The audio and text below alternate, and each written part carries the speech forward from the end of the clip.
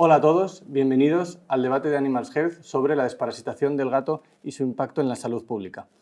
El gato se ha coronado como la mascota favorita de los europeos y la segunda de los españoles por detrás del perro. A pesar de este hecho, parece que el gato no va tanto al veterinario como otras especies y sobre él se han generado una serie de falsos mitos como que los gatos que viven en el interior, es decir, los gatos indoor, no necesitan desparasitarse.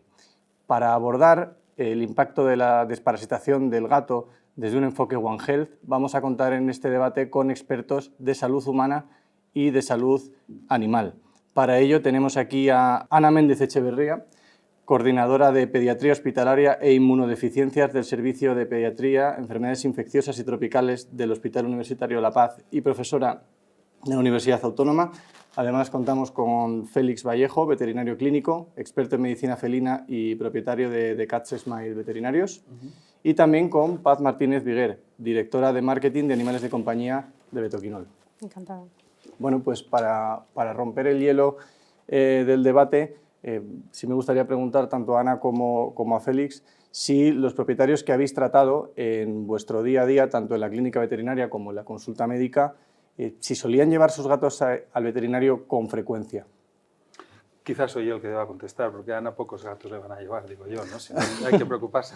Realmente vemos más gatos, y una cosa que has dicho que es muy cierta, es decir, es el segundo animal en censo en Europa, lo importante es la progresión, es el que más crece, porque es más fácil, más sencillo, es un animal que se presta mucho más al tipo de vida urbano que nosotros tenemos ahora mismo, es decir, un perro tiene unas necesidades de salir, e incluso se ven diferencias en el tamaño de los perros grandes, ¿vale? Tienen menos incidencia en el censo que los perros chiquititos, todo por la logística de las ciudades. Entonces estamos hablando del medio urbano, con lo cual es importante. Y sí que es cierto que por el carácter que el gato tiene, a veces da como más pereza llevarlo. Es un animal, vive, entre comillas, muchas veces hablando de ese gato indoor, que también luego, si nos da tiempo o si queréis, podemos comentar cómo va cambiando esto. Es decir, el cambio climático. En la ciudad ya no vemos los mismos animales que veíamos antes, me refiero en cuanto a parasitosis e incidencia. Nos hemos convertido en islas de calor, tenemos flebotomus, mosquitos todo el año en ciudades como Madrid, fijaros con el frío que hace, da exactamente igual, es decir, se reproduce, la leishmania ya aparece durante todo el año y vemos parásitos pulmonares en gatos, que era una enfermedad que era típica o característica de lugares mucho más húmedos, el Levante, la cornisa cantábrica. Bueno, pues esto ha cambiado, ya los diagnosticamos en Madrid, con lo cual, y sí que es cierto que les da mucha más pereza a los propietarios venir, en muchas ocasiones, el perro sale a la calle, el gato no, me refiero con su propietario. Es más sencillo pautar una visita para un perro que para un gato, pero sí que es cierto que poco a poco vamos consiguiendo concienciar a la gente para que venga más a las consultas y sobre todo el concepto One Health hay que creérselo y hay que trabajar y hay que hacerlo, es decir, la salud de los animales es la salud de la familia y esto es así de real y es verdad, cierto, o sea que... Me lanzaba esta pregunta también Félix a Ana porque ella en su día a día clínico, bueno, también como investigadora, pues sí que ve casos en los que pacientes, niños pequeños, conviven con mascotas, ¿no? Y ha podido analizar alguna situación, ¿no? Sí, o sea, nosotros, yo veo niños inmunodeprimidos, básicamente también niños trasplantados, niños con inmunodeficiencias, que tienen animales de compañía, ¿no? Entonces, como yo soy del servicio de infecciosa, siempre preguntamos en la historia clínica un poco la presencia de animales de compañía y cribar un poco zoonosis, ¿no? Entonces hicimos una encuesta hace un año y preguntamos a 284 niños trasplantados si tenían o no mascotas y cuáles eran sus hábitos de cuidados veterinarios y demás. Bueno, pues más o menos la mitad tenían mascotas, más perros que gatos, pero nos llamaba la atención en estos niños, que justo es una población especialmente vulnerable porque son inmunodeprimidos, que había hasta un 20% de los dueños que no llevaban la mascota al veterinario anualmente y ese porcentaje era mucho más alto cuando preguntábamos y eran dueños de gatos.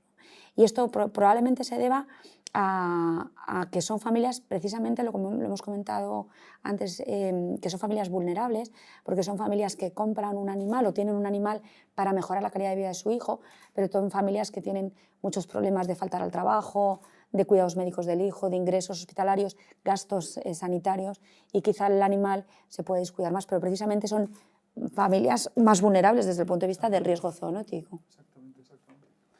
Fíjate, son datos de nuestra clínica, hablo de mi empresa. Nosotros hacemos un seguimiento a nuestros clientes importante, no les llegamos a perseguir pero sí que estamos pendientes, mandamos información, les recordamos que tienen que venir. Incluso la desparasitación, otra de las cosas que intentamos hacer es un traje a medida. No todos los gatos necesitan la misma desparasitación. Una vez al trimestre en un animal indoor estricto es absolutamente normal ya, o sea, es decir, hacemos una desparasitación bastante, dijéramos que potente para ese animal. Y lo que decía, que me voy por los cerros de Úbeda, en mis clientes tenemos tengo entre un 15 y un 20% de gatos que no desparasitan, y siendo animales que vienen a la clínica, es decir, que te tienen información, que les llamamos, que vienen a vacunar, es decir, que cuesta tener un cumplimiento de la desparasitación, y sobre todo es concienciar. Y los datos de parásitos en Madrid, por ejemplo, son altísimos.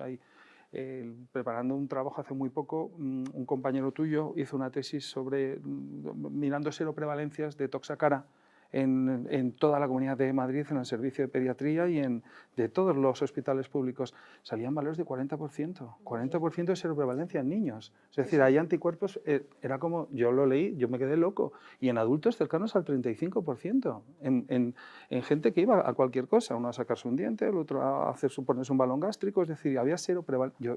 Me impresionó muchísimo. Es decir, hay parásitos que están muy en contacto con la familia y hay que tener muchísimo cuidado con esto, y sobre todo algo tan sencillo como colocar una pipeta, un comprimido.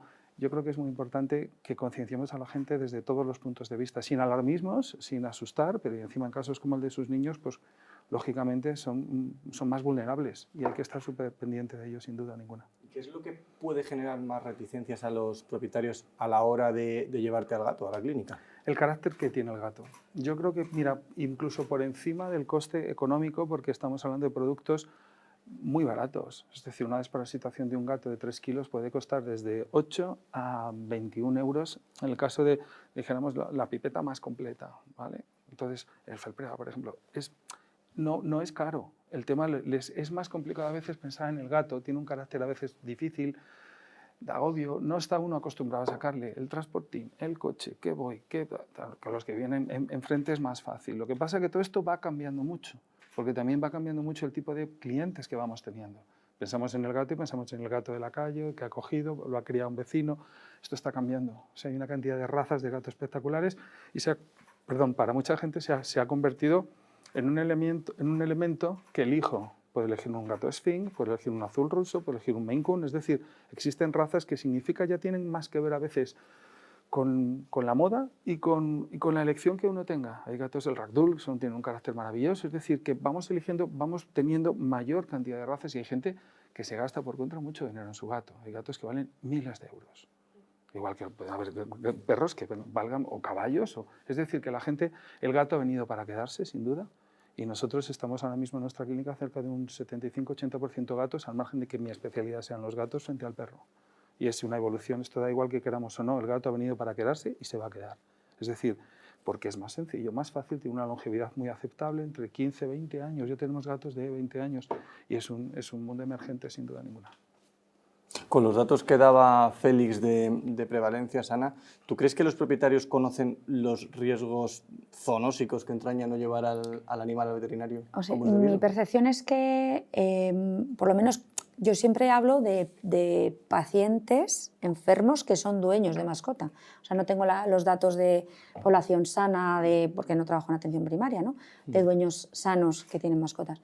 Pero a mí me llama la atención cuando yo historio niños que tienen una enfermedad de base que les conlleva un riesgo de infección de todo tipo, incluidas las zoonóticas, que tienen bastante desconocimiento. Probablemente esa población en concreta está muy centrada en los riesgos de su propio hijo y no tiene tanto tiempo o descuida un poco, porque los propios médicos, en esto sí que me voy a ser autocrítica, somos los responsables de quizás no advertir suficientemente a los pacientes por desconocimiento, y porque no tenemos ese enfoque One Health de trabajar con el veterinario, y de que nosotros no llegamos hasta donde llegamos, que es la medicina humana.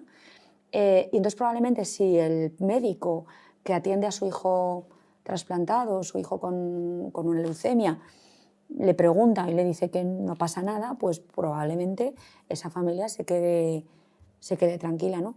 Y nosotros también hicimos una encuesta europea a los médicos trasplantadores que trabajan en centros de la Red Europea de Transplant Child, que es la Red Europea de Trasplante Infantil, y les preguntamos sobre zoonosis.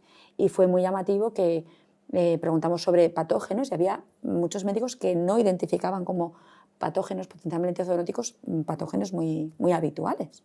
Entonces, creo que los pacientes desconocen, no preguntan, y muchas veces cuando preguntan los médicos también podemos desinformar por no tener esa visión One Health y tener el riesgo zoonótico en la cabeza. Yo ahí creo que es urgente e importante la actuación colegial a la hora de coordinar los encuentros de los colegios médicos con los nuestros. Es decir, que existan iniciativas comunes con una información común para los dos. Es decir, y ya no hablamos del mundo de la ginecología, ya no te quiero ni siquiera contar, con el toxoplasma y con todo este tipo de historias. Sí, necesitamos trabajar en conjunto. Y las pocas iniciativas que ha habido han surgido y han partido de la farmaindustria, es decir, de empresas como Betoquinol, que se han hecho esfuerzos para poner en contacto encuentros de médicos y veterinarios, porque lo de One Health no solo es una palabra, es una realidad que tenemos que hacer todo real. Y es así.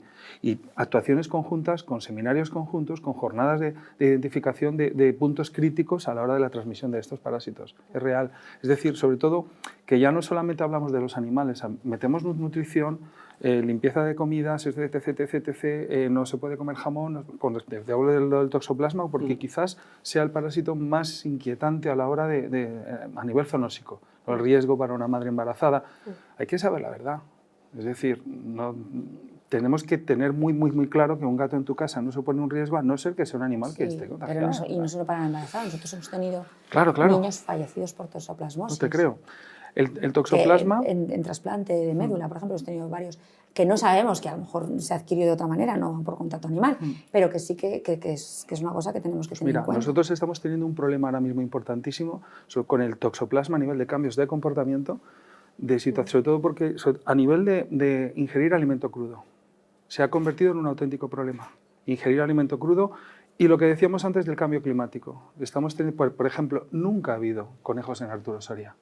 Hay conejos viviendo en Arturo Soria. En mi zona hay conejos. Sí, me refiero en la zona de la ciudad, atravesando la calle Arturo Soria hacia Marqués de Pico Blasco de un lado al otro. Yo llevo 30 años viviendo allí. No había, ahora hay. Y hay conejos en solares, en superpoblaciones. El conejo y el toxoplasma están en toxoplasma. Los perros, un conejo medio muerto, salen a correr al campo. Te daba el campo de las naciones. No te hablo de un erial de las afueras, no. Ese perro se come ese conejo, ese perro tiene toxoplasma. A nivel clínico, es decir, epilepsias que no tiene por qué aparecer en un perro, una epilepsia con 5 años. O sea, no entra dentro del rango de la epilepsia esencial. Y estamos empezando a meter en nuestro panel diagnóstico diferencial el toxoplasma en enfermedades son procesos que ni nos imaginábamos. Pues digo que todo está cambiando. Tenemos unas palomas que antes migraban, estas torcaces ahora no migran. Es decir, se quedan porque hace más calor, porque tengo agua, es decir, la conciencia medioambiental ha mejorado muchísimo. Es decir, antes utilizábamos los pesticidas, los herbicidas, insecticidas, tenemos mosca negra en lugares de Madrid, hablo de Aranjuez, donde no había.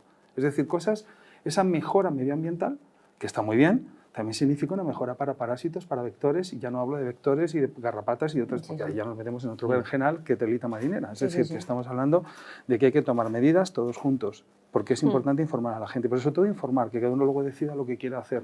Pero creo que a nivel de organismos colegiales, de organizaciones, de sanidad en general, deberíamos actuaciones conjuntas.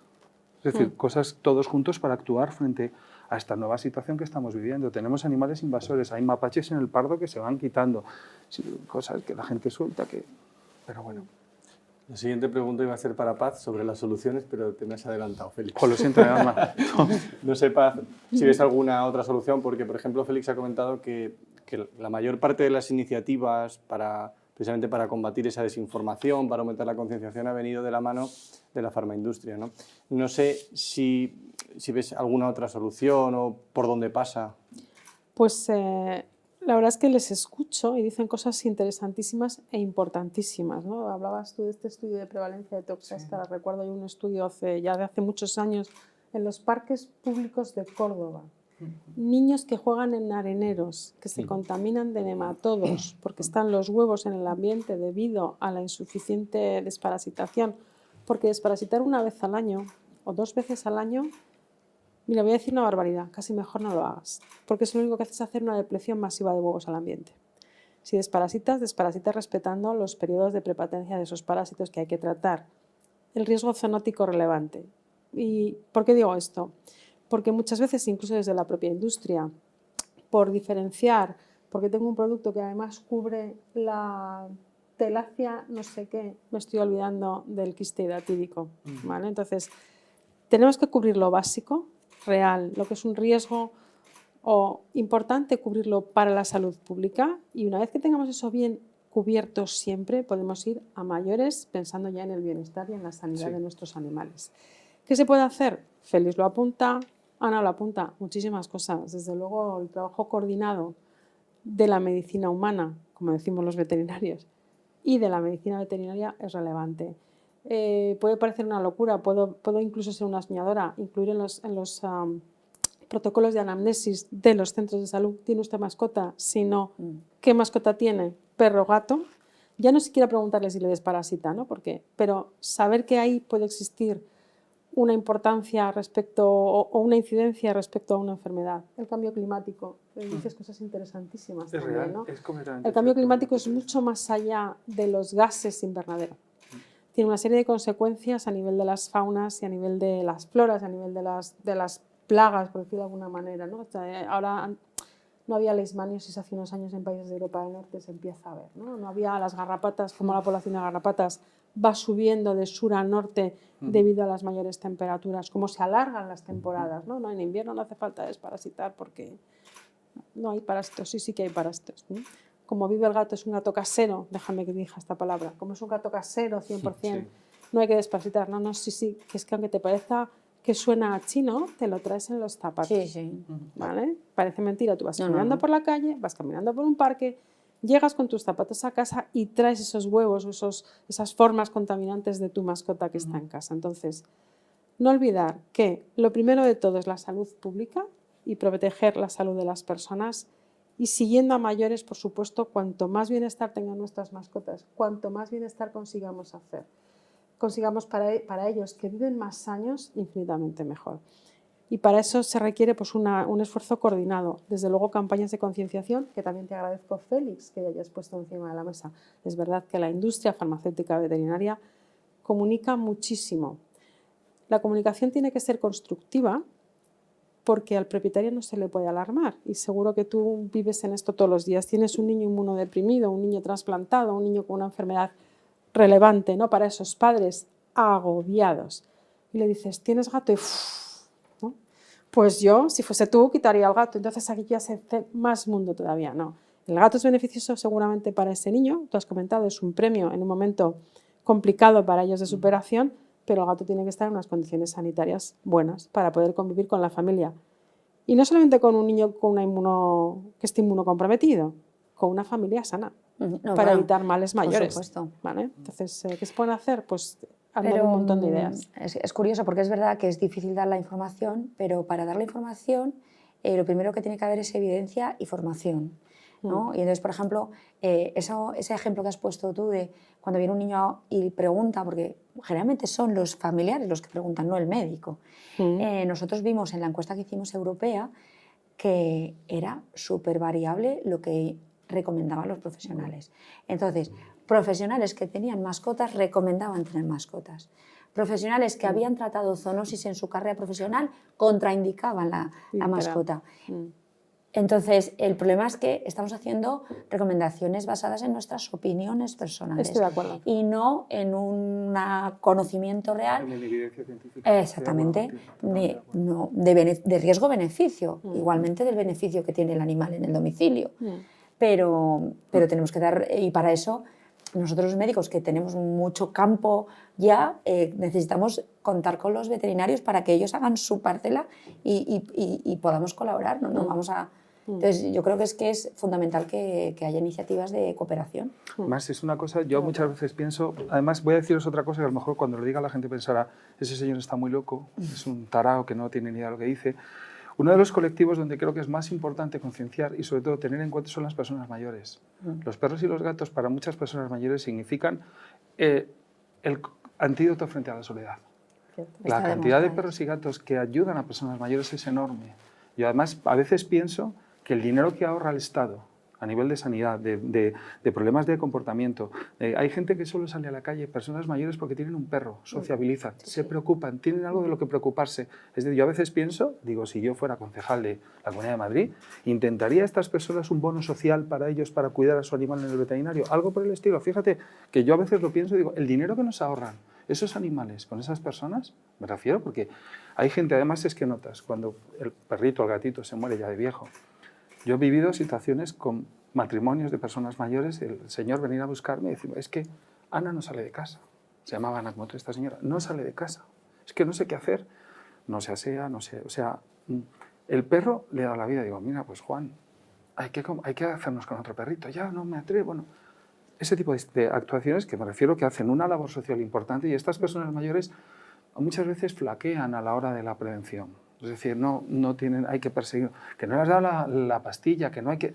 Ese tipo de historias, y sobre todo, ya te digo que yo a nivel de lo que es Comunidad de Madrid, digo Comunidad de Madrid porque es donde vivimos, pero para mí es importantísimo, esas personas deberían tener un refuerzo a la hora de... y ver ese animal no como el juguete, no, es una herramienta a nivel social para ayudarnos, para quitar trabajo a los médicos, entre comillas, porque muchas de estas patologías hay personas, te digo, que no salen de casa si no es porque tiene que bajar a vernos a nosotros.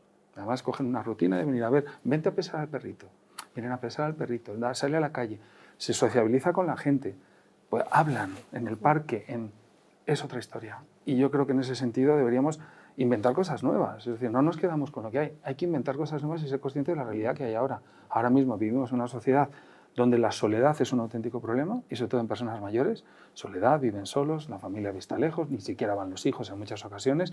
A veces ese perrete está haciendo una labor, creo que para todo el colectivo social, importantísimo. Esta es mi opinión. Pero a nivel sanitario, Félix, sí. El gato, aparte de tener particularidades etológicas, también tiene unas particularidades sanitarias, igual que otras muchas especies. A nivel sanitario, ¿qué es lo que hay que tener en cuenta a la hora de introducir un gato en casa? Lo más importante, lo primero que tienes que tener en cuenta es que un gato no es un perro pequeño, punto número uno. No tiene absolutamente nada que ver.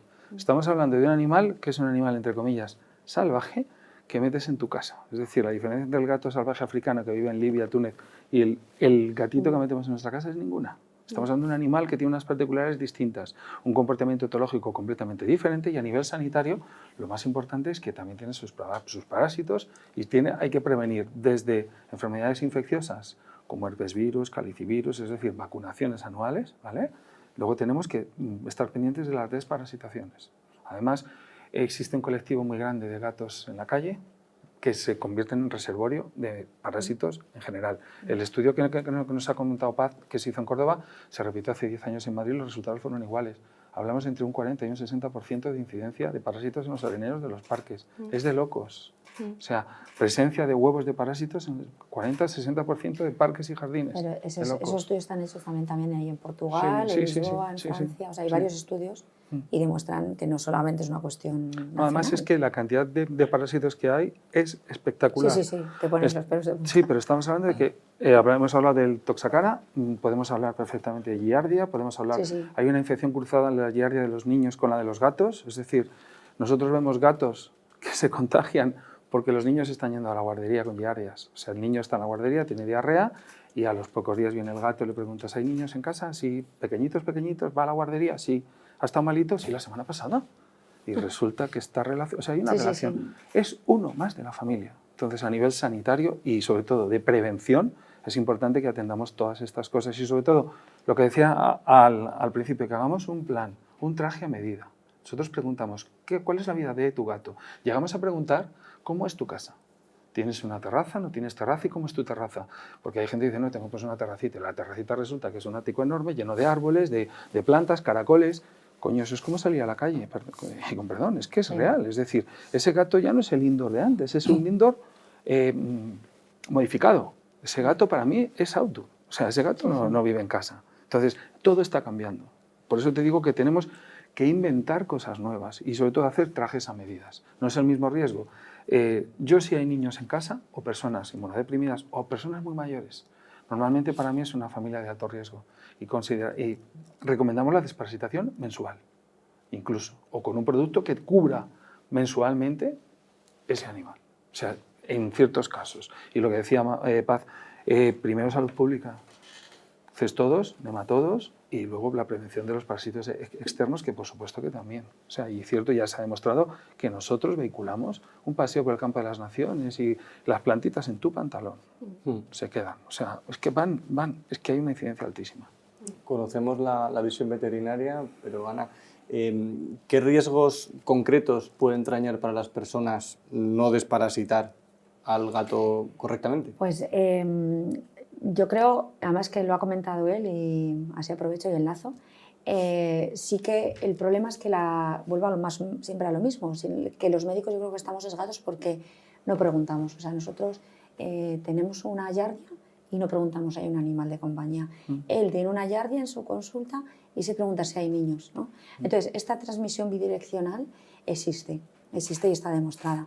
En una encuesta que estamos haciendo ahora a veterinarios, estamos intentando preguntar a todos los veterinarios a través de los colegios de veterinarios de las distintas provincias. Estamos haciendo lo mismo que le hicimos a los trasplantadores, preguntar cuántas zoonosis ha visto usted y qué zoonosis ha visto. Pues identifican muchas más veces ellos y las infecciones transmitidas tanto de perros como de gatos desde el animal, desde un animal a un niño o viceversa, y los que le están contestando cuando le preguntamos qué tipo de infecciones, parasitosis y dermatofitosis. O sea, básicamente es lo que casi todos los veterinarios dicen. Y el porcentaje de veterinarios, que de momento llevamos pocas respuestas, pero el porcentaje de veterinarios que han conocido un caso de transmisión zoonótica es altito, no es bajo. A mí me ha llamado la atención, porque si preguntamos a nosotros, a los pediatras que trabajamos con niños inmunodeprimidos, ¿cuántas zoonosis? No he visto. ¿Pero cuántas salmonelas has tratado? Muchas. ¿Y cómo sabes?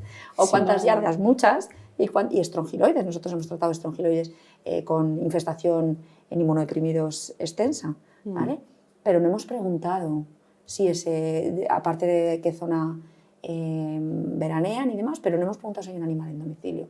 Sí, si van al parque, esos niños, areneros, todas estas cosas que son factores de riesgo. Es un ejemplo.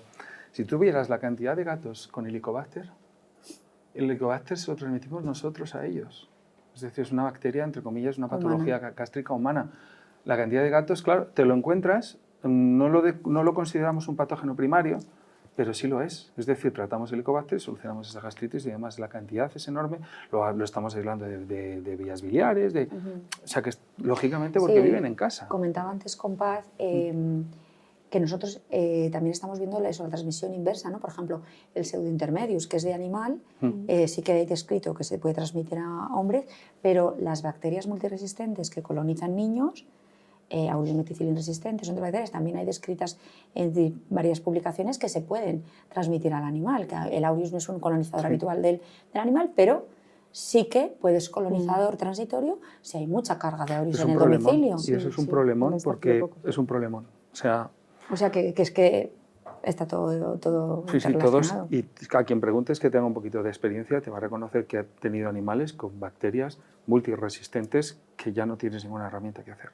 Entonces ahí te entra el problema moral de intento encontrar el antibiótico que es de uso hospitalario y claro, tú coméntale a esa persona que su animal tiene una bacteria multiresistente y que no vas a poder tratarla y que a lo mejor estamos hablando de una eutanasia. O sea, es todo muy complejo y muy complicado y yo creo que la prevención es más fácil que todo eso, desde mi punto de vista. La prevención es fácil, pero como hemos visto, parece que hay algunos puntos de fricción. Por ejemplo, el comportamiento de los gatos que comentabas tú antes, Félix, o que las familias han tenido, tienen con lo que tienen, en el caso de los niños que están enfermos, como para preocuparse un poco también por la salud de su animal.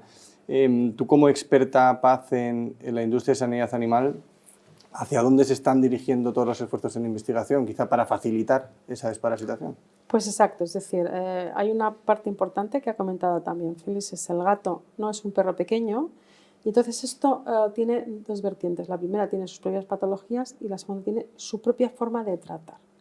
¿Y a qué me refiero con su propia forma de tratar? Pues mira, nosotros tenemos datos que un 68% de propietarios no acude a la clínica veterinaria porque la experiencia fue traumática para el gato y para ellos. Ante lo cual, si no tengo el problema, o sea, ignoro el problema no existe, entonces no voy a la clínica veterinaria. La industria lo que está haciendo es intentar dotar de herramientas a los veterinarios para que ese abordaje clínico del gato sea lo menos traumático tanto para el propietario como para el animal, de forma que se puedan, eso permite lo que llamamos nosotros como la adherencia del tratamiento, ¿no? El cumplimiento del tratamiento. Entonces, lo ha comentado Félix, productos Spot-on, productos en ocasiones de un amplio espectro o que son de amplio espectro, sobre todo de lo que son los parásitos relevantes. Y para mí los ectoparásitos también son muy relevantes. Importantes. Yo les tengo pánico a las garrapatas Totalmente. y a las pulgas, las tengo auténtico Sí, terror sí. pánico. Y luego los parásitos internos más relevantes, y en este caso más relevantes para mí, efectivamente, son cestodos básicos, ¿no? El famoso quiste tídico de toda la vida, los que tenemos cierta edad. Y los nematodos, eso es el must have, que haga que sea lo más sencillo posible para el propietario, para el veterinario o el propietario, si lo quiere tratar en casa mediante la prescripción de un veterinario. Yo creo que además otra de las cosas, como dice Paz, es importante, es la información. Es decir, la gente viene a la clínica, vengo por la pastilla de... No, ven, te vamos a informar de lo que vas a necesitar en función de lo que tú necesites. Y otra cosa que comentábamos antes, la gente tiene en su cabeza que llega el invierno, hablo de donde yo trabajo, que es Madrid. Llega el invierno, hace frío, ya no hay garrapata, no hay pulga, no hay tal cual. No sé qué. No, no, esto ya ha cambiado. Es lo que decía antes de las islas de calor y demás. No, no, esto ya ha cambiado. Es decir, no somos Málaga, evidentemente, por desgracia. No tenemos mar, no te preocupes. ¿Qué ocurre? Que... Tampoco estamos mal. No, pero estuviéramos más. Pero, ¿qué es lo que hay que hacer? Informar a la gente y que obtenga, y sobre todo, no vendemos pastillas, dispensamos medicación, dispensamos un acto clínico que es la desparasitación.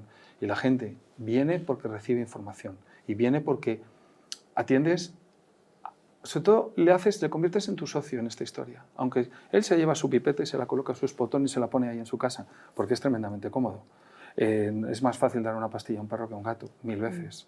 Es decir, incluso hay alternativas líquidas, pero lo más cómodo es abrir el pelo. Eso lo elige todo el mundo.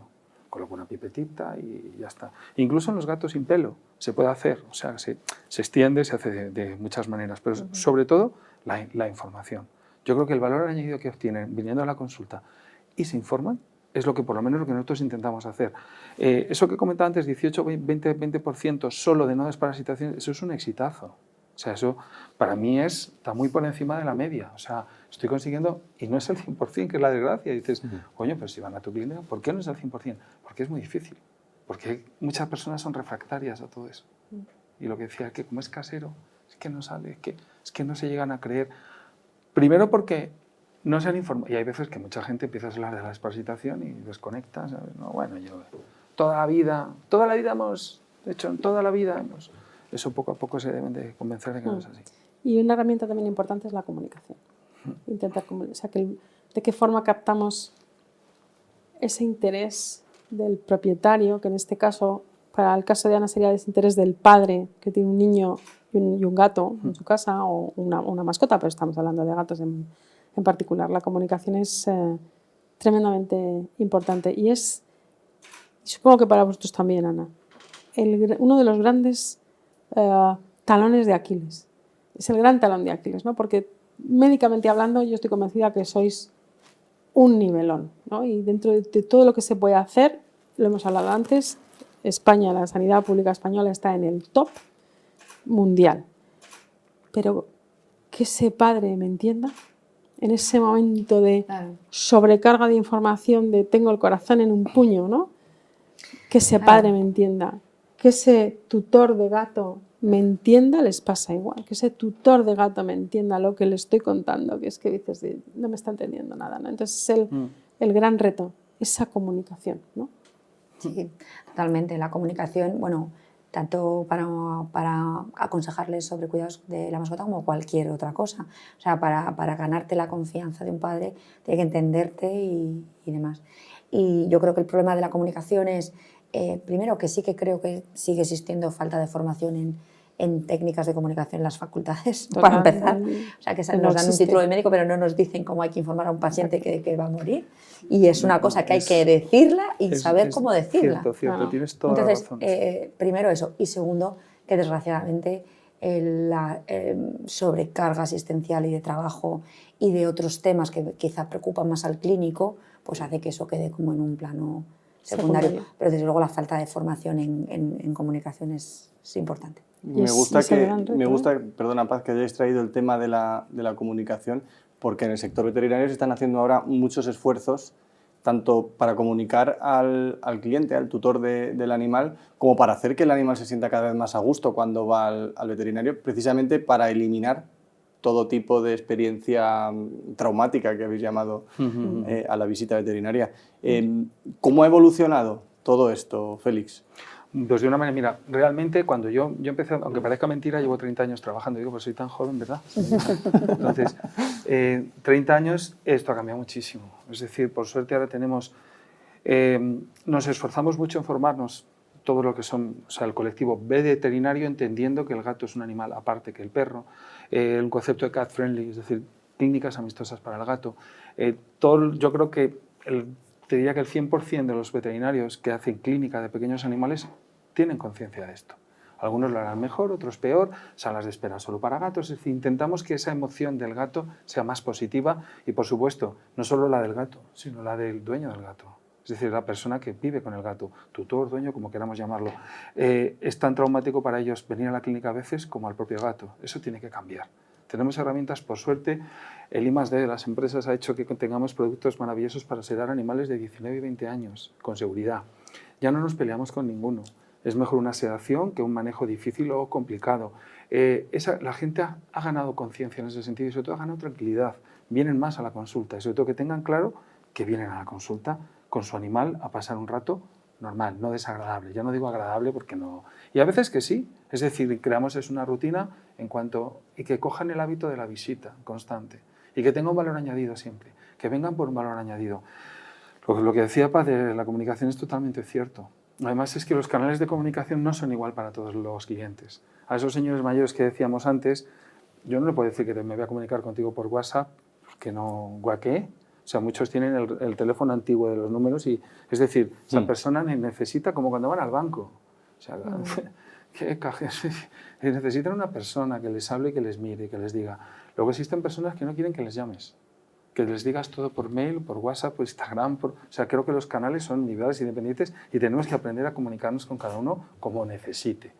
Pero realmente tiene que haber una vía de comunicación constante. En nuestra clínica, desde que abrimos hasta que nos vamos, tenemos un chat abierto y el WhatsApp en constante con mucha gente. Es más rápido, más hábil, hacemos campañas de información y campañas que, si no fuera por nuestros socios, que son ellos, no podríamos hacerlas, con sinceridad.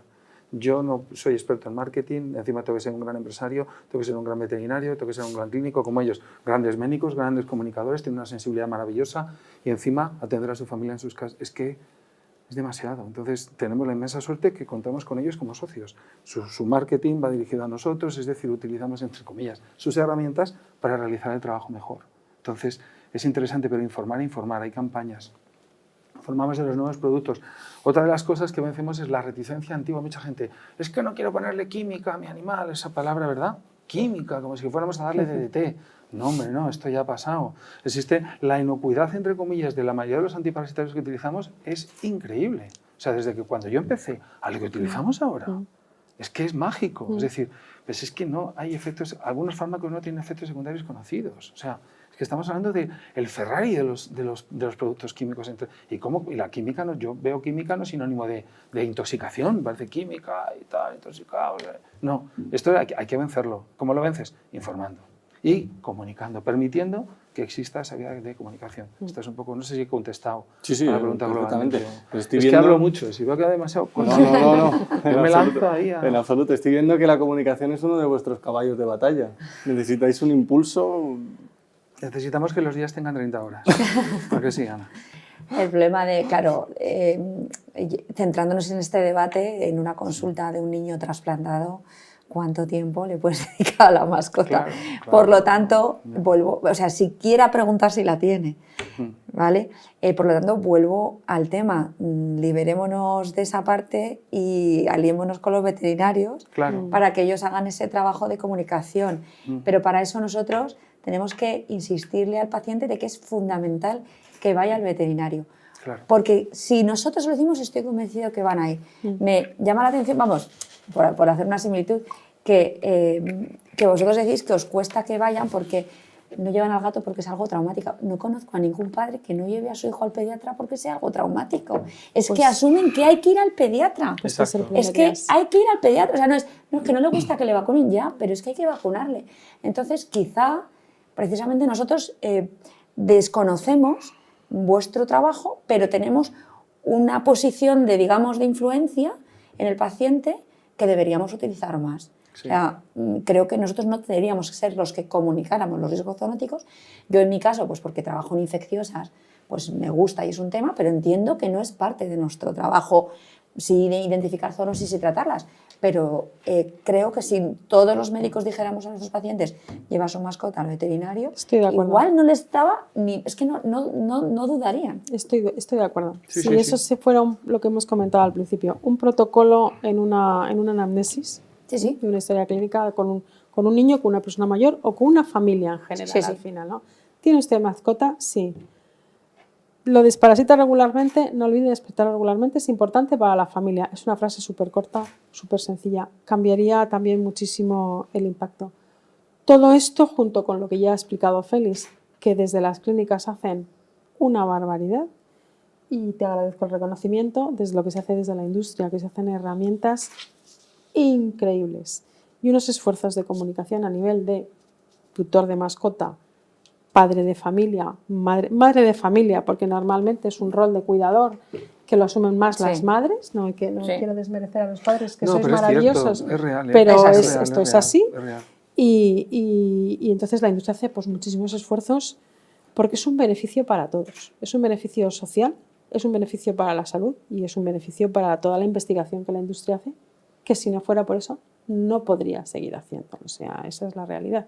Desarrollar una molécula es, bueno, lo sabéis, carísimo, procesos larguísimos, hipergarantistas, ya lo sabemos todos cómo funciona esto, y al final si esos procesos no fueran beneficiosos, pues no se harían, ¿no? Entonces, es un equilibrio bueno para todo el mundo, pero fundamental el beneficio sanitario para las personas y los animales. Y yo creo que además es una cosa importantísima, porque todo eso que se hace en los animales abre un camino a la medicina humana. Es decir, todas esas pruebas, esos productos, yo que sé, el maropitán nos ha cambiado la vida como antiemético, por ejemplo. Sé que va a salir en medicina humana dentro de nada. Es decir, que esto es un campo enorme para todo el mundo. Y una cosa que quizás sí que es importante, que sí se nota diferencia entre el perro y el gato. Culturalmente hay que vencer esa barrera de que el gato es el hermano pequeño, el que... Ha habido gente que me dice, tienes que desparasitar al gato, tienes que venir más y vacunarle y tal. Si es que me lo han regalado. Tú fíjate qué respuesta, es que me lo han regalado. O sea, como no me ha costado dinero, aunque parezca mentira. Es decir, esto existe todavía, lo menos por suerte. Y yo sé que es una cuestión de tiempo de información, y que la gente, pues, y no desgastarte. Es decir, información, informar, explicar, informar y poco a poco. Y por mucho que Ana y yo quedemos y hablemos muchas veces y digamos, son órganos más amplios y más grandes los que tienen que hacer esto. Es decir, organizaciones colegiales, concejalías de sanidad, crear realmente esa unión de sanitarios, entre comillas, para echarnos una mano. Y yo incluso metería a los farmacéuticos en esta historia, porque tienen muchísimo que ver. Y los farmacéuticos es un colectivo que teóricamente también están implicados en esta batalla y creo que son una herramienta maravillosa y son gente, muchos de ellos informan mucho a la gente en la medida en la que pueden, pero lo que decías antes, tienen que estar informados de las cosas que dicen. Entonces, yo creo que es veterinarios, médicos y farmacéuticos tienen que ir de la mano en todas estas historias. Del One Health tiene que ser así. No hay otro camino, desde mi punto de vista, claro, no hay otro camino. La siguiente pregunta sí que vais a ir de la mano, al menos médicos y veterinarios, porque la voy a lanzar aquí a la mesa. Hemos hablado también de casos de niños inmunodeprimidos que conviven con mascotas. En estas situaciones la prevención juega un papel fundamental. ¿Qué se debe cuidar especialmente? Bueno, pues lo primero, yo creo que hay que dedicarle un tiempo a estos pacientes a educarles tanto en medidas higiénicas, etcétera. Primero también el médico tiene que, por lo menos nosotros lo intentamos, los que hacemos infecciosas, saber un poco los cuidados, aunque por supuesto hay que derivar al veterinario, pero saber qué recomendaciones tenemos que dar. Muchos médicos o muchas familias no saben que según las guías de paciente inmunodeprimido, trasplanta y demás, un gato menor de 6 meses no debería ser una mascota idónea, es mejor que sean gatos y perros, me refiero, pero como estamos en un debate sobre gatos, pero es verdad que son animales de riesgo, hay que decir qué tipo de mascota, qué tipo de alimentación, qué tipo de medidas higiénicas, dónde debe dormir el animal, dónde come el animal, cómo come, ¿vale? Entonces, toda esa información y esa formación hay que hacerla. Luego, nosotros tenemos lo que ha comentado él, nosotros ahora haciendo la encuesta a los veterinarios, prácticamente todo el mundo, o todas las encuestas, contestan que en gatos que conviven inmunodeprimidos, hemos preguntado inmunodeprimidos porque era nuestra, pero también, pues lo que has comentado, niños pequeños o familias adultos o ancianos, mejor dicho, ancianos, deberían desparasitarse mensualmente y estamos viendo que no estamos haciéndolo. Entonces, reforzar el tema de la desparasitación, sobre todo en la frecuencia, ¿vale? Sí. Mensualmente. Hay que informarles sobre las vacunaciones, ¿no? Yo ahí me meto solamente en las vacunas que pueden influir en humano-animal. Por ejemplo, hay casos de bordetela broncoséptica transmitida de un animal recién vacunado a un inmunodeprimido, porque si el veterinario sabe perfectamente que es una vacuna viva y que si hay un inmunodeprimido, pero es verdad que muchas veces falta de saber si hay un inmunodeprimido en la familia. Entonces, es que hay tantas cosas que deberíamos informar, vacunas, desparasitación, alimentación, higiene, dónde viven, tipo de mascota, que desde luego cuando un paciente inmunodeprimido adquiere una mascota, sé que estamos muy sobrecargados, pero ya eso sería un rato para sentarnos a hablar con él de muchas cosas. Pero como bien has comentado tú, quizá se puede simplificar o ayudar, ¿no?, en vuestra gestión con los veterinarios. Tan sencillo como preguntar ¿tiene mascota o ha adquirido una mascota? O igual te lo cuenta Ana, ¿no? Fíjate como tal y ya está mejor, le hemos prometido. Es que yo creo que tenemos que preguntarlo. Lo ideal es preguntarlo, ¿no? Y luego decir, bueno, pues está fenomenal, es genial, siempre un mensaje muy positivo, no puedes asustar más a ese padre, ¿no?, o a esa madre. Pero es importante que la salud de tu mascota esté también muy bien para que pueda ser bueno para tu niño. Y entonces, recomendarles acudir al veterinario, ¿no? Es que precisamente, o sea, todas estas medidas de higiene, alimentación, vacunas, cuándo dar una vacuna de virus viva de bordetela, cuándo no hay que darla, cuándo se pone inactivada, todo esto nosotros lo desconocemos. Yo lo sé porque me he dedicado a ello y porque es un poco más mi campo, pero los médicos no lo conocen. Sin embargo, en la encuesta que estamos haciendo veterinarios lo saben perfecto. El problema es que no llega el cliente, el paciente a la consulta, pero si fueran al veterinario saben perfectamente, muchísimo mejor que nosotros. Sí. Además existen consensos. Es lógico que un gato de menos de 6 meses sea más problemático para un niño. Es que es lógico, primero, porque se pasa el día jugando. Cazar y jugar para un gato es lo mismo. Cazar y jugar. Entonces, él muerde araña. Muchos de estos gatos, debido a vienen de la calle. Son gatitos de colonia, de la calle. Son animales que transmiten, o sea, que en ese pool de enfermedades que traen, de serie traen 100.000 larvas migras, 100.000 cosas. Sí. Y sobre todo, como digo, hay consensos de especialistas. Está la SCAP, que te dicen ya qué cosas hay que hacer. Incluso existen mapas, según tu área geográfica, qué es lo más o menos que hay. Y los consejos en un gato de menos de 2 meses, hay que desparasitarle cada 15 días. Cada 15 días. Y esto pero le voy a intoxicar. Sí. O sea, cosas... Las respuestas son... Hay gente cabal y dócil pues bueno, perfecto, claro, pero no haya ningún riesgo. Pero esto para una familia normal, no con un trasplantado. Tú imagínate que una persona con un sistema inmune sensible, pues sería mucho más complicado, ¿no? Entonces, pero fíjate, si con 2 meses es cada 15 días y luego mensualmente hasta los 6 meses. Hemos cambiado incluso las formas de vacunar. En función del riesgo que haya, colocamos 3 dosis o 2 de alguna trivalente. Varían muchas cosas. Y con bordetela es una enfermedad, entre comillas, de riesgo incluso para nosotros. Es decir, es una enfermedad zoonósica para el veterinario. La cantidad de gente con procesos simplemente por la aplicación de la vacuna en muchas ocasiones, porque muchas son intranasales. Si es un inmunodeprimido... Claro, tú imagínate, ¿no? Si es que estoy de acuerdo contigo. Pero es que no se... Claro, y hay casos descritos, tanto de adquisición de la bacteria porque el perro no estaba vacunado, como por una vacuna viva. Estoy de acuerdo contigo. Si tú preguntas a los veterinarios, le darían una inactivada, pero me gustaría saber cuántos animales de trasplantados se han vacunado con oral te digo yo que o no se han vacunado, muchísimos, De hecho, la mayoría. Yo no pregunto si hay una persona inmunodeprimida en casa, o sea, me refiero como serie, tú conoces a tus clientes normalmente, conoces a la familia, es un trato familiar, lo que intentamos, llamamos a la gente por su nombre, a sus animales, conocemos a nuestro paciente, pero aún así nuestro protocolo vamos a incluirlo a partir de ahora porque es una cosa que no tenía o sea, clara. a nosotros nos ha pasado, bueno, en concreto, bueno, nosotros nos dieron una beca MAFRE un poco por intentar hacer prevención y promoción de la salud en este tema, y fue a raíz de eso, porque ¿qué pasa? Que los niños trasplantados es que físicamente están perfectos, o sea, tú ves un niño trasplantado que va con su mascota al centro veterinario y no dirías que es un paciente trasplantado. O sea, se te escapa. Una embarazada, evidentemente, es mucho más visual, ¿no? Respecto a, por ejemplo, al toxoplasma. Pero pacientes trasplantados, bueno, si quitamos las leucemias o los trasplantes de progenitores de médula, que son pacientes que sí se les ve más enfermo, pero es que tenemos pacientes preciosos, guapísimos, que los ves en el parque y están trasplantados. Entonces, muchas veces no se pregunta. No. Y eso es lo que nos... Claro. O sea, en la encuesta que hemos hecho a veterinarios, lo hacen perfecto. Salvo que no preguntas si hay un paciente inmunodeprimido. Es que no. Y las menos para encuestas vacunar, a los médicos lo hacemos fatal. Pero sabemos que el paciente es inmunodeprimido. Pues incluso tenemos problemas con la vacuna de rabia. Primeramente, que yo hago desde aquí un llamamiento a quien nos pueda escuchar. No estoy a favor del sistema de vacunación que hay en nuestro país ahora mismo. Cada comunidad autónoma vacuna como quiere. No es obligatoria en Galicia, País Vasco, Navarra. En País Vasco creo que ahora ya sí. ¿Ahora ya sí? Bueno, pues es Hay una una novedad comunidad que que la ha no... cambiado. Bien. Pues, sin embargo, en Castilla-La Mancha es cada 6 meses. niños es igual. O en Castilla y León. Bueno, esto es de locos. Pero ya no es que sea de locos, es que somos frontera con África. Somos con Reino Unido y con Francia. Reino Unido y nosotros los únicos países, entre comillas, libres de rabia. Y existen casos aislados, pero aparecen.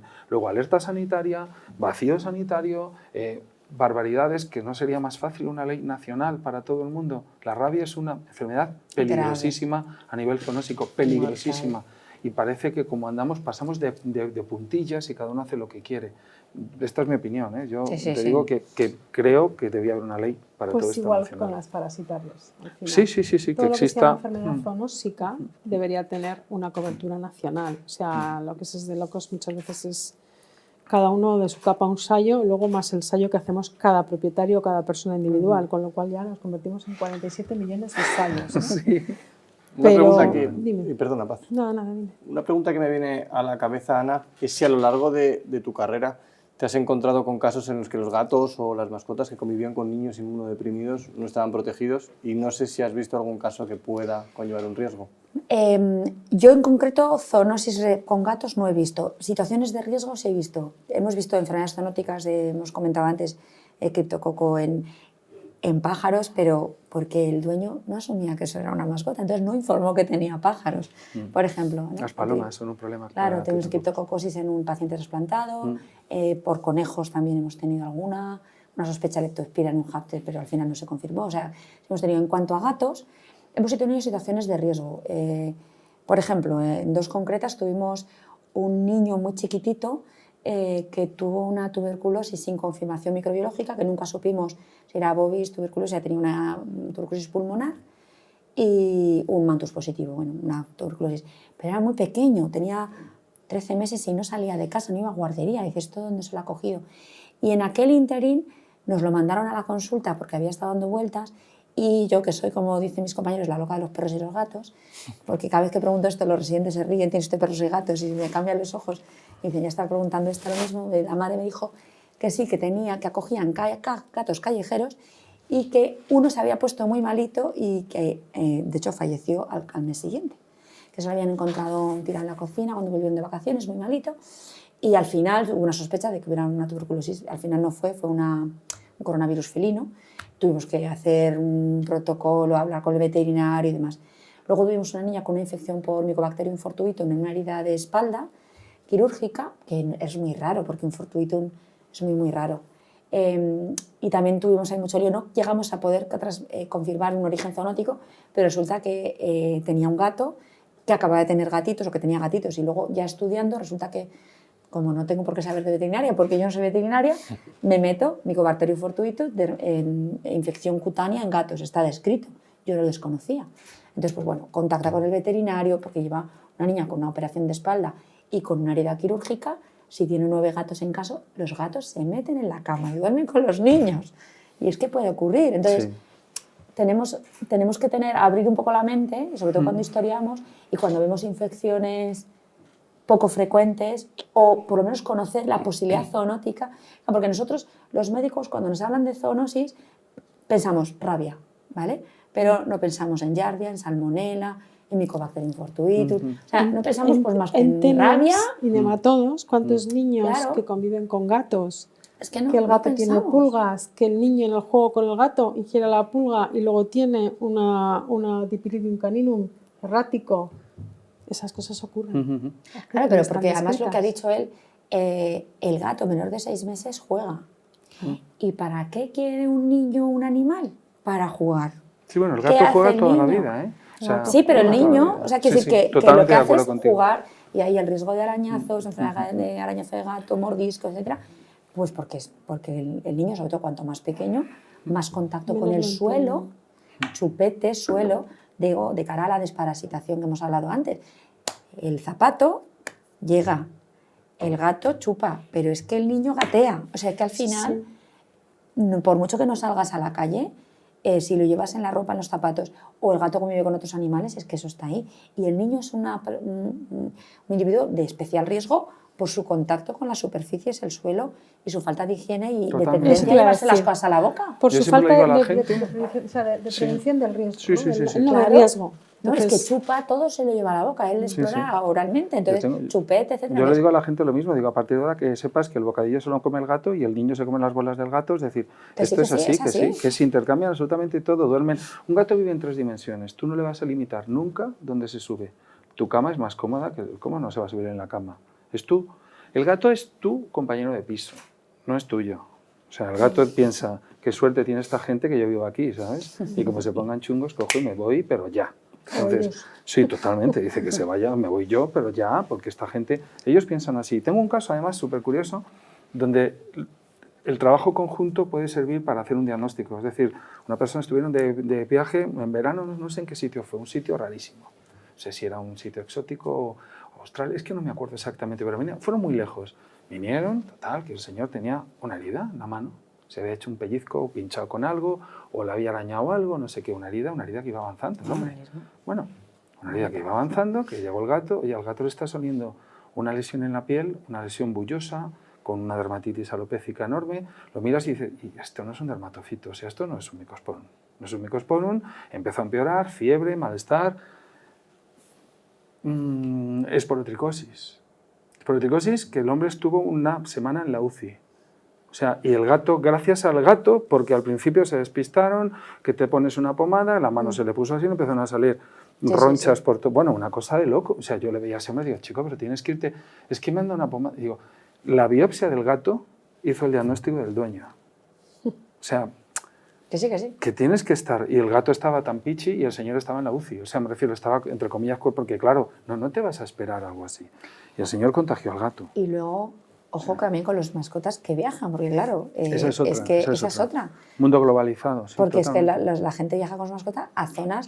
Tú has hablado de las garrapatas que van extendiéndose, pero bueno, sí que es verdad pues, que van a Selva Negra, que van a otras zonas y se llevan a su animal. O sea, que es que la mascota viaja ya. Sí, una de las preguntas que nosotros hemos implementado desde hace un par de años en nuestra clínica es ¿dónde pasas el verano con tu gato? Exactamente.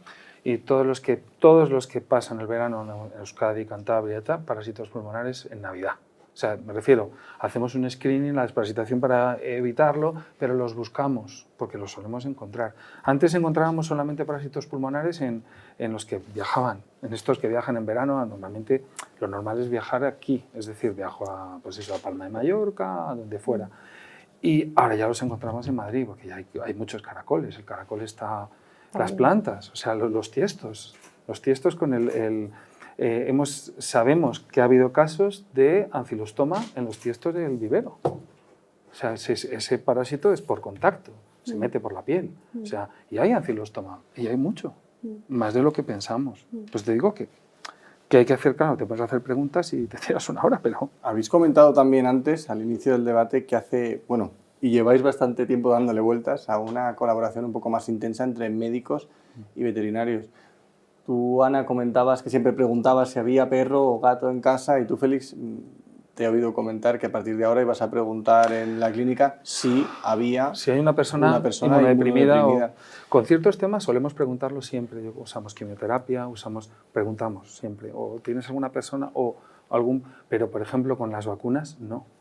O sea, yo cuando vacuno el acto de la vacunación normalmente no preguntamos. Es decir, no entra en el protocolo de preguntas normales. Hacemos un reconocimiento a ese animal que se encuentre, que tenga un estado de salud correcto para proceder al acto de la vacunación. Primero le reconocemos y tal, pero no preguntamos, porque sí que es cierto que no es lo mismo las vacunas inoculadas que las vacunas puestas vía oral. Pues se producen nebulizaciones, el animal estornuda, te nebuliza allí y todo el asunto. Te digo que es una enfermedad de riesgo para nosotros. Sí. O sea, me refiero a nivel profesional, sabes que si colocas una vacuna intranasal, te lavas las manos, es aconsejable la mascarilla o los guantes de látex. Es decir, que el microambiente, porque se la pones y estornuda, porque te metan 2 mililitros por la nariz, o menos, son 0,5, pero bueno. Aquí la pregunta, Félix, era ¿cómo impulsaríais esta colaboración vosotros? Si podéis aportar vuestro granito de arena o alguna idea. Yo creo que la única herramienta son los órganos colegiales. Me refiero porque son los organismos, creo que son más importantes ahora mismo. Es decir, y con el patrocinio de ellos, que estarán encantadísimos de echar una mano. Es decir, hay empresas que tienen, en vuestro caso no sé si será, pero me refiero que incluso tienen sus unidades de humanas, sus unidades de veterinaria. Es decir, que incluso es más fácil, me refiero, con un auspiciamiento global. Creo que el Estado, como Estado, es el que debería, la comunidad, la Consejería de Sanidad, debería promover este encuentro. Pero no un encuentro de nos sentamos y todo, no, un encuentro de decir, líneas de trabajo e investigación. Es decir, los grupos de más, yo creo que son pediatras, ginecólogos, oncólogos, quizás. Están en contacto directo a nivel crear una línea de trabajo con una evidentemente, una comisión. Si los órganos superiores lo hicieran estaría estupendo, pero hasta que eso llegue, yo creo que también las sociedades científicas pueden hacer mucho. Y yo creo, desde mi punto de vista, o por lo menos yo intento mi granito de arena ir sensibilizando, porque ya te digo, me llaman la loca de los gatos y los perros en el hospital, pero es verdad que las sociedades científicas pueden hacer. Yo creo que las sociedades científicas médicas tenemos que incorporar a los veterinarios, por ejemplo, en congresos, en mesas, en mesas redondas, porque, por ejemplo, es eso, una mesa sobre One Health o sobre el congreso de infectología, sobre zoonosis, pero zoonosis no nos vayamos a, que el animal que tenemos en casa.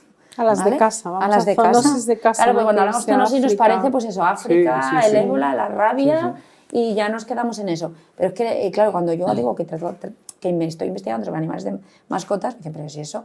Bueno, no, gracias a Dios, porque tenemos muchísimos medios de prevención, pero a veces no pasan más cosas porque no quiere, no quiere, porque es verdad que hay muchas situaciones de riesgo, si ¿no? que se tienen que prevenir. La cantidad Perdón. No, que yo creo que, pues, por ejemplo, yo sí que venía dando vueltas, si podríamos hacer pues, en el Congreso Nacional de Pediatría, un congreso infeccioso, algún congreso nacional, pues una mesa redonda donde hubiera la visión veterinaria, medicina humana.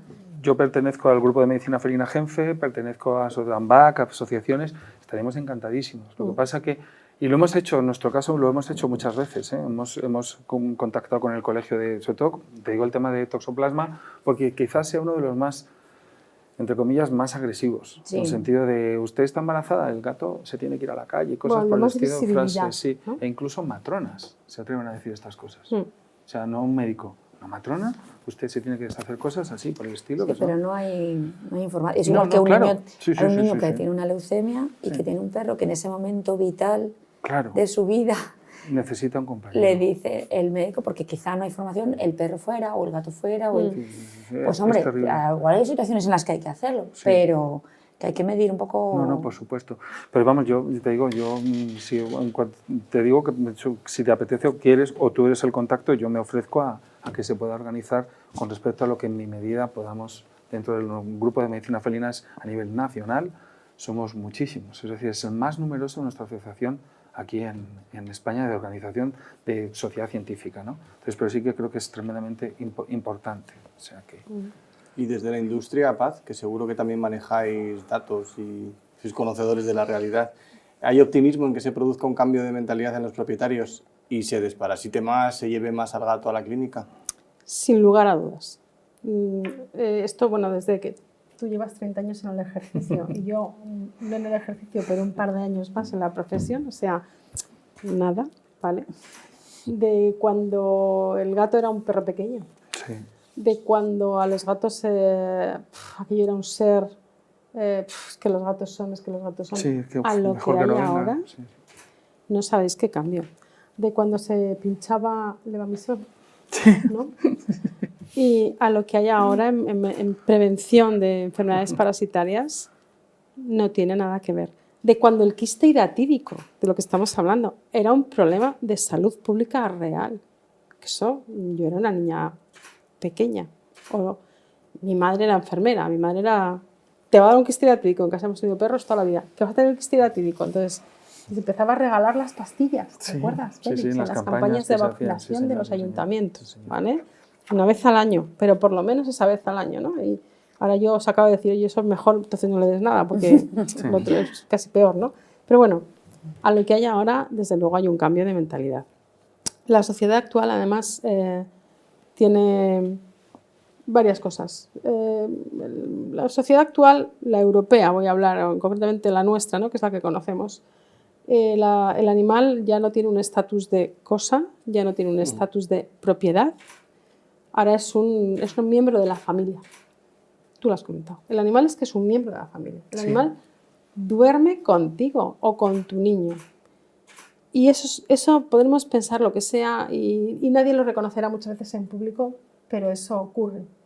Y le compartes muchas cosas y eso ocurre.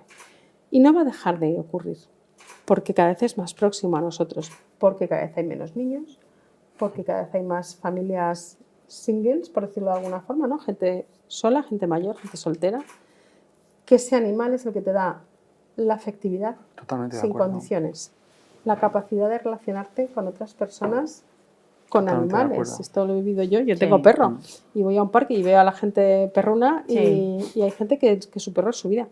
Sí, sí. Y eso en la sociedad en la que vivimos, eso ocurre. Entonces, y todo esto junto con un ambiente propiciado por nuevas leyes, como puede ser la nueva ley que hay de pues, prevención del maltrato o protección animal, o como se llame, no sé cómo se llama exactamente, pero que efectivamente ya va guiando más por ahí, porque las voluntades están muy bien, pero si no hay un marco, un entorno marco legal que te favorezca el tema, las cosas evolucionan más despacio, sin lugar a dudas, yo creo que va a mejorar. Va a mejorar. ¿Qué puede costar? Seguramente. ¿Que puede haber desconocimiento en algunas cosas? Seguramente. ¿Que informar y formar es importante sin alarmar? Por supuesto. Porque entonces si uno dice, ¡uy! Entonces es cuando viene el abandono, cuando viene Es que el parece tal, lo del cuando viene el castigo, cual. cuidado con... Efectivamente. Entonces ese es el gran reto, ¿no? Comunicar de nuevo, formar, informar sin alarmar, para que todo el mundo esté en una situación correcta, de los animales sobre todo. Pero sí, yo sí tengo sensaciones positivas en relación a este aspecto y en relación a lo que realmente a mí, porque habéis hablado de enfermedades infecciosas, habéis hablado de vacunaciones y a mí reconozco que a mí me dan pánico los parásitos, o sea, tanto los ectoparásitos como los endoparásitos. Les tengo pánico terror porque es que hay mira, a veces en infecciosas puede haber más factores que influencian, seguramente una inmunodepresión. Pero para tener una parasitaria, a modo de zoonosis, solamente es necesario el contacto. Para tener un quiste hidatídico, solamente es necesario el contacto. No tienes que estar inmunodeprimido. Para tener una larva migrans, solamente es necesario el contacto. Para tener unas larvas oculares en los ojos de un niño, solamente es necesario el contacto. No tienes ni siquiera que estar inmunodeprimido. Entonces es realmente relevante tener a nuestros animales bien desparasitados conforme al lugar donde viven, cada parásito en su sitio, ¿no? Cada parásito en su sitio relevante, partiendo siempre de la base para mí de la prevención de la salud pública, que son las zoonosis relevantes, y en este caso, perdonadme mi obsesión, cestodos y ectoparásitos, ¿vale? Y luego a partir de ahí construir todo lo que sea para arriba en beneficio del animal. Muy brevemente, dando unos titulares, ¿qué desafíos creéis que tienen por delante la salud humana y la animal en convivencia con los gatos? Yo creo que hay dificultades, bueno, las hemos dicho ya, ¿no? Las dificultades de encuentro de la medicina humana y veterinaria. Ese es un problema que si mientras trabajemos por dos caminos separados paralelos no nos juntamos, no vamos a llegar a ningún sitio. Entonces, para mí el mayor desafío es que los médicos entiendan que el concepto One Health, que yo creo que muchos no lo entienden, ¿no? De que sobre todo todo está relacionado, o sea, todo está relacionado, no solamente los animales de compañía, el agua, los viajes, o sea, vivimos en un mundo global y es así. Y luego también es verdad, nosotros tenemos muchos niños que no tienen animal de compañía, pero lo tiene su abuela, donde está todo el día. Entonces, es que al final estamos en un mundo global y tenemos que cambiar la mentalidad One Health, los médicos. Y los veterinarios tienen que encontrar espacios para entrar a trabajar con nosotros y no está creado ese espacio actualmente. Totalmente de acuerdo. Yo iba a decir que ir de la mano, y parafraseando a un amigo, un gran cirujano, mi amigo Jorge Ginás, tiene una frase en su pijama puesta que dice: ninguno solo es mejor que todos juntos. Y eso es verdad, y es real.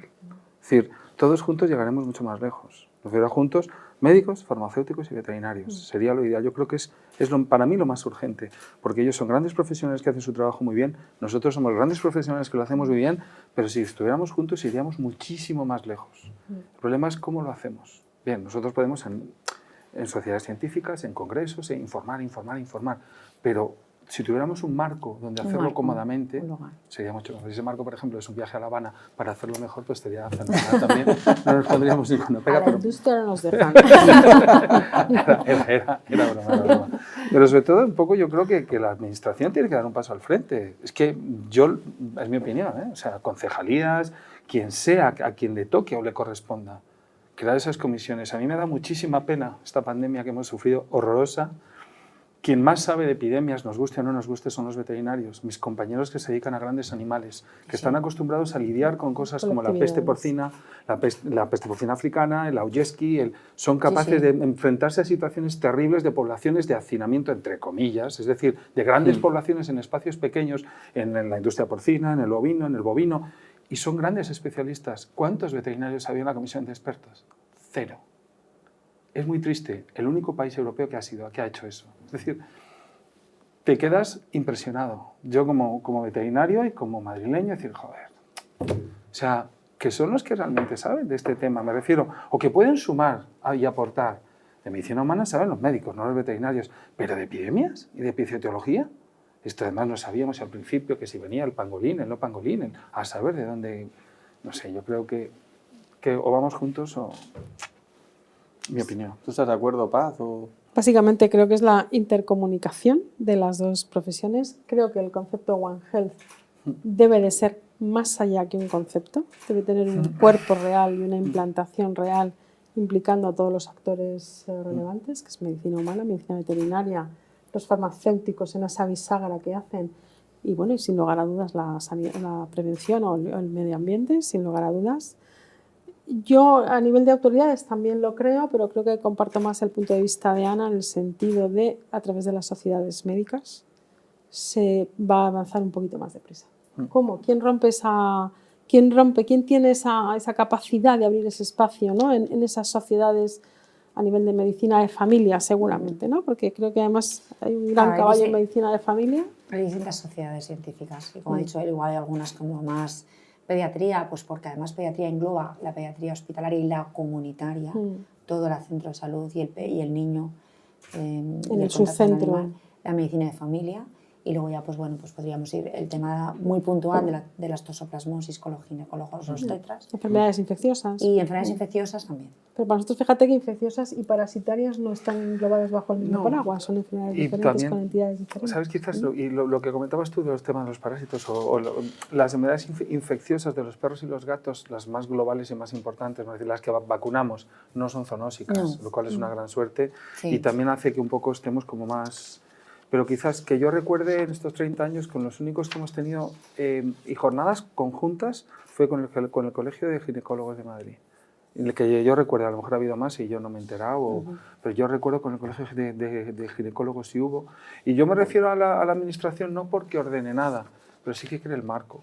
Es decir, que cree un marco de Pero como eso entendimiento y de... no está y en de- nuestras ya, manos. por supuesto. Bueno, no, yo creo vamos. que hay que empezar un poco Pero por vamos, lo que yo podemos. si te parece, yo voy a proponer a mis compañeros que Sí, poder bueno, hacer algo, no sé si tu luego contacto es válido y se dependerá puede, de pero del comité organizador de cada por congreso, supuesto, por pero sí que supuesto. nos suelen pedir propuestas de mesas para el congreso y suelen valorar la multidisciplinaridad, por supuesto, porque eso es un valor. Entonces yo creo que una mesa sobre zoonosis, terapias animales, o sea, es que hay un montón de cosas que De podemos cosas, mejorar. yo estoy encantado de que si necesitas mi ayuda, estaremos encantados de echarte una mano. Para ir concluyendo, ahora que mencionáis las zoonosis, que las hemos estado hablando desde el minuto cero del debate, ¿creéis que la COVID al menos ha servido para algo? Para que se hable de zoonosis, quizá puede ser un punto que ayude a buscar ese encuentro médico-veterinario. Yo creo que sí, ha servido para llegar a un encuentro, lo que comentábamos antes. Lo que pasa que me ha parecido muy decepcionante muchas actuaciones y muchas cosas, lógicamente también entendiendo que nadie esperaba esto. O sea, no esperábamos esto. O sea, vamos, bastante que hemos sobrevivido, entre comillas, de la mejor manera posible, creo yo, ¿no? Pero creo que yo más que ha servido o no, yo pienso en el futuro. ¿Servirá? Espero que sí.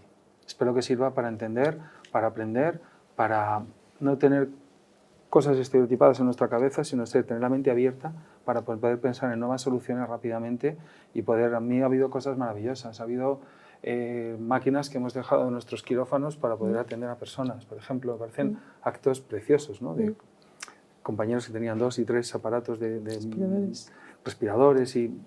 No sé, creo que sirve para entender que, lo que he dicho antes, o vamos juntos, o sea, ninguno es mejor que todos juntos. Y esa es un poco la idea que yo espero que quede. Pues yo, bueno, una de cal y una de arena, ¿no? Quizás sí el hecho de que cuando se me habla de zoonosis de repente ya no suena tan raro, ¿no? Y que todo lo que yo, por ejemplo, iba haciendo de repente, pues mira, pues puede ser, ¿no? Pero dos cosas un poco desmoralizadoras. Yo, por ejemplo, hago muchas cosas de proyectos de investigación en esto y todo esto necesita financiación. Y en más de un proyecto, no digo uno ni dos o tres, se ha evaluado muy bien, pero se ha evaluado bajo impacto, o sea, del proyecto. Es decir, esto no tiene importancia, ¿no? O sea, el proyecto está muy bien escrito, los investigadores tienen muy... Pero ¿qué impacto tiene esto? O sea, el impacto no lo ve muchas veces el evaluador. O sea, el llegar a la sociedad y decir que esto puede tener un impacto. Y luego, por último, también... pues desgraciadamente desde el punto de vista médico la pandemia lo que nos ha hecho es focalizarnos en el COVID y despreocuparnos de muchas otras enfermedades. Eso es así. Lo hemos visto con las patologías tumorales, cánceres que se han diagnosticado mucho más tarde. Se ha visto con la tuberculosis, ha aumentado la mortalidad por tuberculosis exponencialmente en nuestro país y no se han diagnosticado. Han bajado el número de diagnósticos, pero ha aumentado la mortalidad. ¿Cómo se hace eso? Porque hay mucha gente que no se ha diagnosticado. Y yo creo que con la zoonosis puede haber pasado parecido, porque los recursos y el tiempo eran el que había. Entonces, puede que hayamos concienciado algo más, pero quizá también se nos han escapado diagnósticos. Pues mira, yo que no estoy en vuestro mundo clínico, que el mío es, no nos vamos a engañar, es el mundo más de los números, ¿vale? Diría lo siguiente, sobre prevención de enfermedades zoonóticas no sé si ha ayudado o no. Estoy de acuerdo con vosotros en lo que sí que ha ayudado ha sido a extender o popularizar el concepto zoonosis, ¿vale? Que hasta ahora esto se pega, pero el concepto zoonosis no quedaba como tal, ¿no? Eso por un lado. Por otro lado, ha puesto en evidencia la soledad de las personas y que la soledad de las personas necesita ser cubierta por algo. En estos 2 años de pandemia, la población de perros y gatos se ha multiplicado. Se ha pasado de 7 millones de perros a 9 millones y pico largo de perros y de 3 millones y pico de gatos a casi 6 millones de gatos. Vale. Y esto lo que va a hacer es multiplicar los riesgos de esto se pega, de parasitarias, tanto de nuestros perros y nuestros gatos con las personas que convivimos, que son personas que estaban solas, son personas mayores, son personas, ahora tengo tiempo para tener mi perro. Entonces, sí que tiene que poner encima de la mesa, en este caso, en tu caso, en la parte que os ocupa, en el caso de los veterinarios, la importancia realmente de la comunicación de tener a nuestro animal en un estado sanitario óptimo, en las enfermedades que nos pueden pegar, para poder convivir sanamente con ellos. O sea, lo que ha habido fundamentalmente ha sido una explosión de la población. Hay más perros que niños en España ahora mismo. Y ahora sí, ya para concluir el debate, que se nos acaba el tiempo, os voy a pedir un titular a cada uno de la conclusión sobre el tema que ha versado el debate, que ha sido el impacto de la desparasitación de los gatos en la salud pública. No sé quién quiere empezar. Empieza Ana. Bueno, tú. ¿Empiezo yo? Sí, El sí. impacto. Para mí, acabo de decirlo, es fundamental. Es decir, la desparasitación o los parásitos es una enfermedad zoonótica directa. No hay necesidad, vuelvo a lo mismo, de estar en muchos de ellos, en muchos casos, en otros no, pero en muchísimos casos, no hay necesidad de tener una inmunodepresión o estar comprometido para padecer una parasitosis que te la transmita tu mascota, porque no está correctamente tratada, la mascota de tu vecino, o ese montón de gatos de colonias que hay en los parques que tú vas y están allí. Y creo que es realmente importante concienciar sobre la importancia de la desparasitación en tiempo y en forma, lo adecuado que necesite en la frecuencia que necesite. Por supuesto. Yo, si me pides un titular, te diría que se convierte en un acto cotidiano. Es decir, desparasitar es un acto cotidiano y necesario. Es decir, asumir culturalmente, digo culturalmente, que la gente entienda que eso debe ser así. Y si me ocurrías un ejemplo, que no tiene que ver con esto, pero yo lo voy a decir, sobre lo que hemos comentado antes de médicos y veterinarios, hay un sitio donde yo he vivido una simbiosis que no he vivido en ningún otro lado, el Centro de Cirugía de Mínima Invasión Jesús Usón, en Cáceres, donde los veterinarios y los médicos convivimos en los mismos cursos y hacemos las mismas cosas. Y estás con un compañero trabajando y, pues yo pensaba que tú trabajabas en el clínico. Digo, no, en mi clínica sí, en el clínico no. Es decir, médicos y microcirugía vascular avanzada, la laparoscopia, los modelos animales, es donde los médicos aprenden. Yo he asistido a unas conferencias, unas charlas de cirujanos plásticos, que lo que comentabas tú antes, que has dicho que hemos descuidado algunas cosas por la pandemia, como la oncología, unas cosas terribles en medicina humana. Y me parece tan alucinante, tan bonito que convivamos de esa manera. En ese centro se convive. Los cursos son, da igual, hay algunos que no, son específicos, pero otros muchos son de médicos y veterinarios juntos.